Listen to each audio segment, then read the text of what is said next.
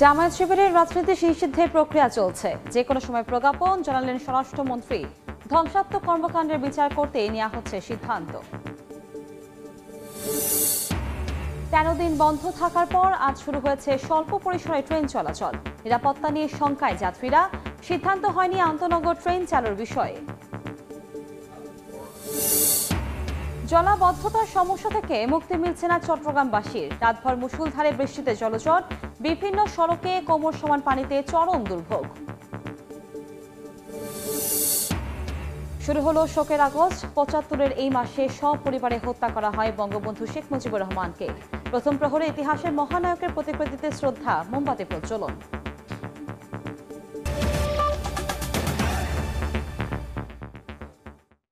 সময় সংবাদের সঙ্গে আছি আমি কনক আজাদ। জামায়াত শিবিরের রাজনীতি নিষিদ্ধের প্রক্রিয়া চলছে বলে জানিয়েছেন স্বরাষ্ট্রমন্ত্রী। যে কোনো সময় এই বিষয়ে প্রজ্ঞাপন জারি হবে। গতকাল সন্ধ্যায় সচিবালয়ে মন্ত্রী জানান, ধ্বংসাত্মক কর্মকাণ্ডের বিচার করতেই সন্ত্রাস দমন আইনের আওতায় দলটিকে নিষিদ্ধ করা হয়েছে।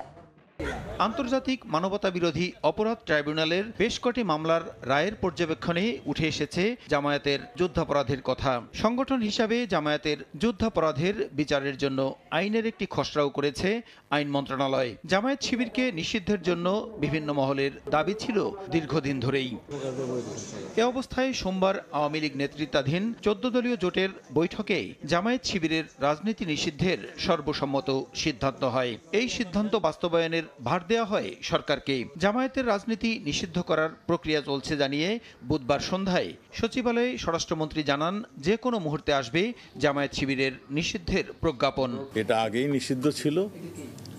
আপনারা জানেন, জিয়াউর রহমান সাহেব এসে আবার তাদেরকে রাজনৈতিক অধিকারটা দিয়েছিল। সবাই জামাতকে তখন থেকে নিষিদ্ধ ঘোষণা করার জন্য অবিরামভাবে বলে আসছিল। সিদ্ধান্ত হয়েছে যে এই দলটাকে নিষিদ্ধ করার জন্য।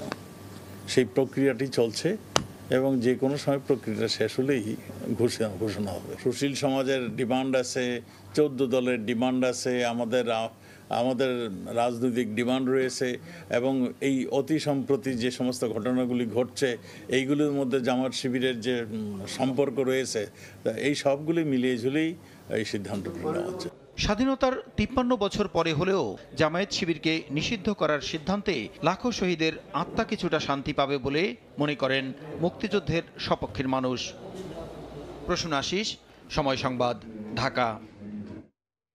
সহিংসতার কারণে 13 দিন বন্ধ থাকার পর আজ থেকে শুরু হয়েছে স্বল্প পরিসরে ট্রেন চলাচল।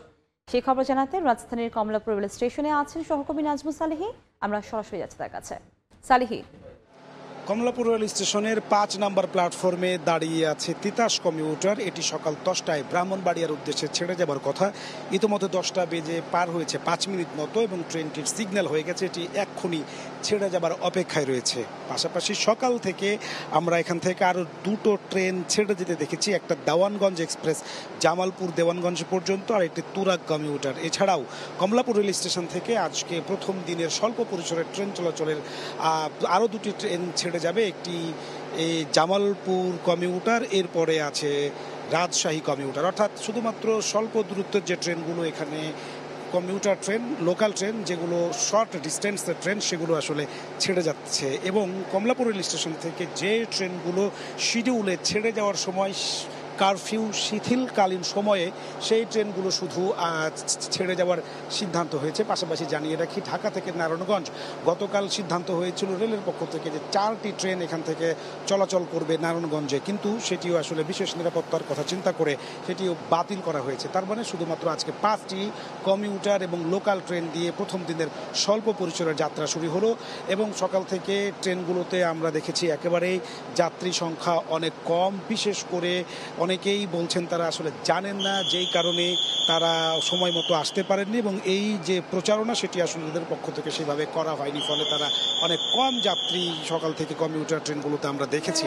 পাশাপাশি কয়েকদিনের আন্দোলনে এর আগে কিন্তু এই চলমান যে সহিংসতা তাতে কিন্তু নরসিংদীতে কিশোরগঞ্জ এক্সপ্রেসে কিন্তু অগ্নিসংযোগ করা হয়েছিল, যে কারণে যাত্রীরা বলছেন যে এর আগেও কিন্তু অগ্নিসংযোগের ঘটনা ঘটেছে, হামলার ঘটনা ঘটেছে। সুতরাং তাদের মধ্যে কিছুটা ভয় এবং শঙ্কাও আসলে কাজ করছে যে কোনো সময় এই নিরাপত্তাহীনতা তাদের ঘটতে পারে। রেলের পক্ষ থেকে আসলে বলা হচ্ছে সেটির জন্য তারা আসলে সার্বিক ব্যবস্থাপনা তারা রেখেছেন আইন শৃঙ্খলা বাহিনী, এবং সকাল থেকে আমরা রেলের স্থাপনা সহ রেল চলন্ত ট্রেনে যে রেল কর্মী তাদেরকে আসলে আমরা সজাগ দৃষ্টিতে দেখেছি।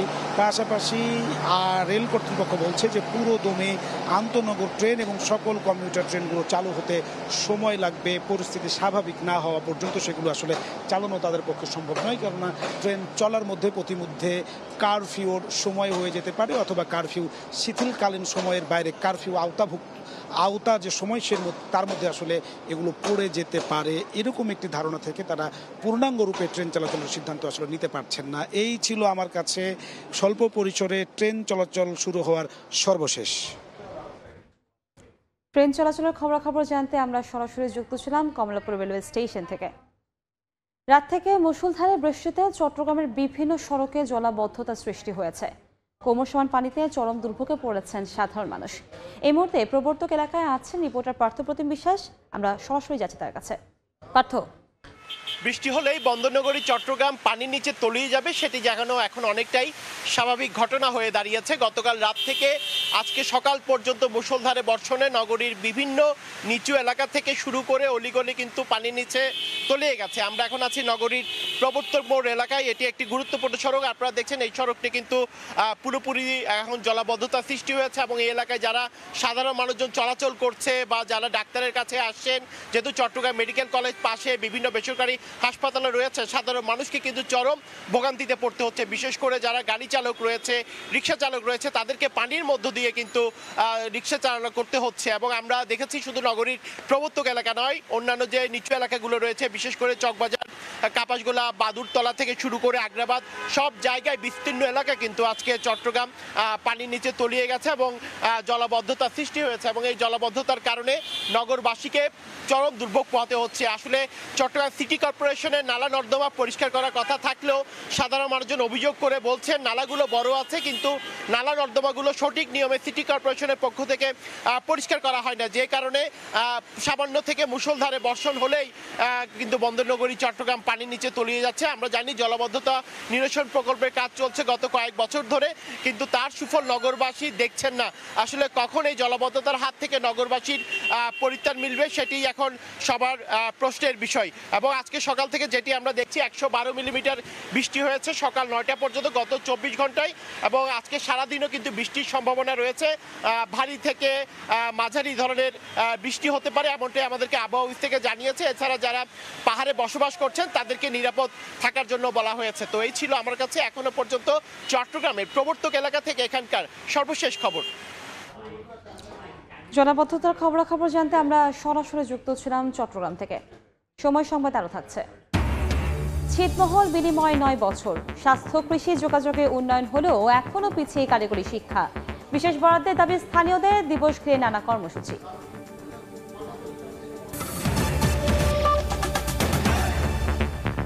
9 বছর পূর্ণ হলো ছিটমহল বিনিময়ের। 2015 সালের এই দিনে 68 বছরের বন্দি দশা থেকে মুক্তি পান দেশের 111টি ছিটমহলের বাসিন্দারা। এরপর সরকারের নানামুখী উদ্যোগে শিক্ষা, স্বাস্থ্য, কৃষি, যোগাযোগ সহ প্রতিটি ক্ষেত্রে হয়েছে উন্নয়ন। তবে কারিগরি শিক্ষায় পিছিয়ে থাকা এসব এলাকা এগিয়ে নিতে বিশেষ বরাদ্দের প্রত্যাশা স্থানীয়দের। নাজমুল ইসলামের সাথে রিপোর্ট। 2015 সালের 31 জুলাই মধ্যরাতে বিনিময় হয় বাংলাদেশ ও ভারতের অভ্যন্তরে থাকা 162টি ছিটমহল। বাংলাদেশ পায় 111টি, যার সব কয়টি রংপুর বিভাগে। মুক্ত হয় 68 বছরের বন্দি দশা জীবন থেকে। একটা সময় এসব ছিটমহলের বাসিন্দারা নিজেদের পরিচয়টুকু দিতে পারেননি, বঞ্চিত ছিলেন সব ধরনের মৌলিক সুযোগ সুবিধা থেকে। সরকারের নানা উন্নয়ন কর্মযজ্ঞে এখন বিলুপ্ত ছিটমহলে যুক্ত হয়েছে পাকা সড়ক, শিক্ষা প্রতিষ্ঠান, স্বাস্থ্যকেন্দ্র, হয়েছে শতভাগ বিদ্যুতায়ন। দীর্ঘ 68 বছরে আমাদের কোনো দেশের কোনো পরিচয় ছিল না, এখন আমরা বাংলাদেশের নাগরিক। কারেন্ট আসছে, আগে কপি বাতি দিয়ে আমরা পড়ালেখা করছিলাম। স্কুল মাদ্রাসা সব হয়েছে, এখন আমরা এখানে নিয়মিত স্কুল যেতে পারি। 2টা লেখাপড়া করতে পারছে, পারার পরে বর্তমান ঢাকায় একটা নাগরিকত্ব করতে হয়েছে, আমরা ভোটার অধিকার পাইছি। কুড়িগ্রামের ফুলবাড়ী উপজেলার বিলুপ্ত ছিটমহল দাসিয়ার ছড়া, এখানে বসবাস করেন প্রায় 15,000 মানুষ। সরকারের সব ধরনের উন্নয়নে অংশী হতে পেরে খুশি তারা। তবে বিলুপ্ত ছিটমহলগুলোতে কর্মসংস্থান সৃষ্টিতে কারিগরি প্রতিষ্ঠান গড়ে তুলতে বিশেষ বরাদ্দের দাবি জানান বাসিন্দারা। সুযোগ সুবিধা পাইতেছি, আবাদ করতেছি, এখন আর আগের মতো টেনশন নাই। নাগরিক হচ্ছি বিধায় আজকে আমরা চিকিৎসা, রাস্তাঘাট, বিদ্যুৎ, স্কুল, কলেজ বিভিন্ন জিনিসগুলো আমরা ফিরে পেয়েছি। এখানে চাকরি বাকরি হয়েছে, এখানে বয়স্ক ভাতা, প্রতিবন্ধী ভাতা, বুদ্ধি ভাতা হয়েছে। বিলুপ্ত ছিটমহলবাসীর জীবনমান উন্নয়নে সব ধরনের পদক্ষেপের কথা জানান স্থানীয় প্রশাসন। যে প্রায় 30 কিলোমিটার পাকা রাস্তা হয়েছে, এছাড়াও ব্রিজ, কালভার্ট নির্মিত হয়েছে এবং প্রাইমারি স্কুল রয়েছে এখানে 3টি, মাদ্রাসা রয়েছে 1টি, হাই স্কুল রয়েছে 2টি এবং কলেজ রয়েছে 1টি। তাদের ছেলে মেয়েরা উচ্চশিক্ষিত হচ্ছে এবং তারা উন্নয়নের যে মহাসড়কে বাংলাদেশ রয়েছে সেটার মধ্যে তারাও সম্পৃক্ত হয়েছে। 1974 সালে ইন্দিরা মুজিব চুক্তির আলোকে বাংলাদেশ ও ভারত ছিটমহল বিনিময় করে। দীর্ঘ আন্দোলনের ফসল এই দিনটিকে স্মরণীয় করে রাখতে নানা কর্মসূচির উদ্যোগ নেয় বাসিন্দারা। নাজমুল ইসলাম নিশাত, সময় সংবাদ, রংপুর। সময় সংবাদ আরও থাকছে। 2025-এর চ্যাম্পিয়ন্স ট্রফি পর্যন্ত চন্ডিকা হাথুরু সিংহে থাকছেন বাংলাদেশি দলের হেড কোচ। নানা ব্যর্থতা আর নানা সমালোচনার পরও হাথুরুতে আস্থা বিসিবির।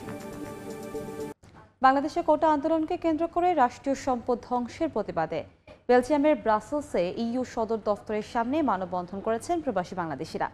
এতে অংশ নিয়ে বক্তারা বলেন, ছাত্রদের আন্দোলনকে ভিন্ন খাতে প্রবাহিত করে দেশকে ধ্বংসের পায়তারা করছে একটি গোষ্ঠী। এ বিষয়ে প্রবাসীদের সজাগ থাকার আহ্বান তাদের। সম্প্রতি কোটা সংস্কার আন্দোলনকে কেন্দ্র করে নাশকতাকারীদের হামলায় দেশের সম্পদ নষ্টের প্রতিবাদে বেলজিয়ামের রাজধানী ব্রাসেলসে মানববন্ধন হয়েছে। মানববন্ধনে অংশগ্রহণকারীরা বলেন, ছাত্রদের আন্দোলনকে সুকৌশলে ভিন্ন খাতে প্রবাহিত করেছে একটি গোষ্ঠী। বেলজিয়াম আওয়ামী লীগের উদ্যোগে বাংলাদেশের যে সহনশীলতা চলতেছে তার বিরুদ্ধে আমরা এখানে মানববন্ধন করছি। নিরীহ ছাত্রদেরকে ব্যবহার করে যে জঙ্গি গোষ্ঠী আজকে দেশে নৈরাজ্য সৃষ্টি করতেছে, আমরা তাদের বিরুদ্ধে প্রতিবাদ জানাচ্ছি। বয়কট টেরোরিজম এবং বয়কট বিএনপি জামাত, এই স্লোগান নিয়ে আমরা এখানে এসেছি।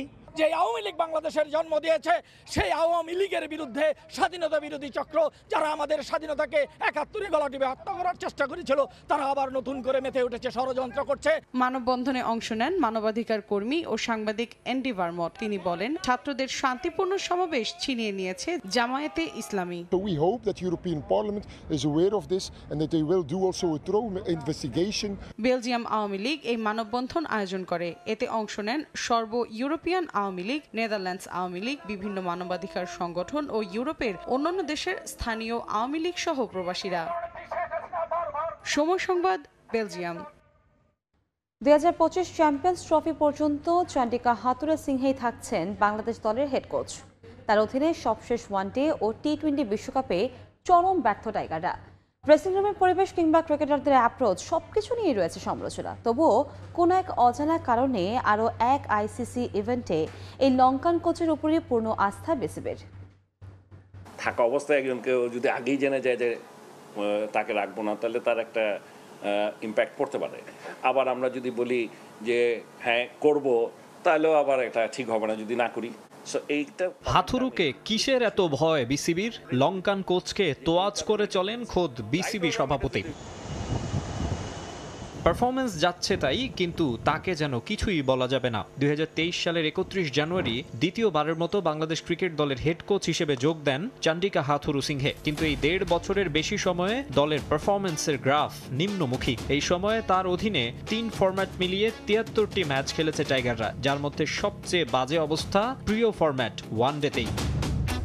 তার দ্বিতীয় অধ্যায়ে 2টি মেগা ইভেন্টে অংশ নিয়েছে বাংলাদেশ। 2023 ওয়ানডে ও 2024 টি-20 বিশ্বকাপ, 2 ইভেন্টেই সবাইকে চরম হতাশ করেছে দল। 2007, 11, 15 ও 19 প্রতিটি আসরে 3টি করে ম্যাচ জিতলেও গত বছর ভারত বিশ্বকাপে সাকিবের নেতৃত্বাধীন দল জিততে পেরেছিল মোটে 2 ম্যাচ। বিদায় নিয়েছিল গ্রুপ পর্ব থেকেই। এবছর আমেরিকায় অনুষ্ঠিত টি-20 বিশ্বকাপে সেমিফাইনালে কোয়ালিফাই করার সুবর্ণ সুযোগ ছিল, কিন্তু তা হেলায় হারিয়ে সুপার 8-এ উঠেই তৃপ্ত ছিল শান্ত বাহিনী। হয়নি। আফগানিস্তানের বিপক্ষে শীর্ষ 8-এর শেষ ম্যাচে ব্যাটসম্যানদের হাল ছেড়ে দেওয়ার ঘটনা বাংলাদেশের ক্রিকেট ইতিহাসের অন্যতম বড় আক্ষেপ হয়ে থাকবে। কিন্তু এমন দুর্দশার পরও হাথুরুতেই আশা, হাথুরুতেই ভরসা বোর্ডের। আপাতত এখন পর্যন্ত এরকম কোনো সিদ্ধান্ত হয় নাই যে কোচ চেঞ্জ হবে কিনা, বাট তার টেনিয়ার হচ্ছে আপ টু চ্যাম্পিয়ন্স ট্রফি। মাঝে অনেকটা সময় দলীয় ঐক্যের কারণেই সাফল্য পেয়েছে বাংলাদেশ, কিন্তু হাথুরুর দূরদর্শিতার অভাবে সে ঐকতান হারিয়েছে।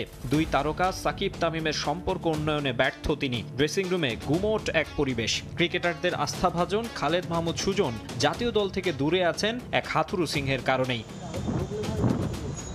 ব্যাটিং অর্ডারে নেই স্থিতিশীলতা, প্রশংসা কুড়ানো পেস আক্রমণ, চ্যালেঞ্জিং উইকেটে রীতিমতো ছন্ন ছাড়া। তবুও 2025 চ্যাম্পিয়ন্স ট্রফিতে লঙ্কান কোচ থাকবেন টাইগারদের দায়িত্বে। কিন্তু আরেক আইসিসি ইভেন্টে হাথুরুর ওপর ভরসা করতেই ভয় পাচ্ছেন সমর্থকরা। মাকসুম আলম খান, সময় সংবাদ, ঢাকা। এ পর্যায়ে শীর্ষ সংবাদগুলো জানিয়ে দিচ্ছে আরেকবার। জামায়াত শিবিরের রাজনীতি নিষিদ্ধের প্রক্রিয়া চলছে, যে কোনো সময় প্রজ্ঞাপন, জানালেন স্বরাষ্ট্রমন্ত্রী। ধ্বংসাত্মক কর্মকাণ্ডের বিচার করতে নেওয়া হচ্ছে সিদ্ধান্ত। 13 দিন বন্ধ থাকার পর আজ শুরু হয়েছে স্বল্প পরিসরে ট্রেন চলাচল। নিরাপত্তা নিয়ে শঙ্কায় যাত্রীরা, সিদ্ধান্ত হয়নি আন্তনগর ট্রেন চালুর বিষয়। এবং জলাবদ্ধতার সমস্যা থেকে মুক্তি মিলছে না চট্টগ্রামবাসী। রাতভর মুষলধারে বৃষ্টিতে জলজট, বিভিন্ন সড়কে কোমর সমান পানিতে চরম দুর্ভোগ।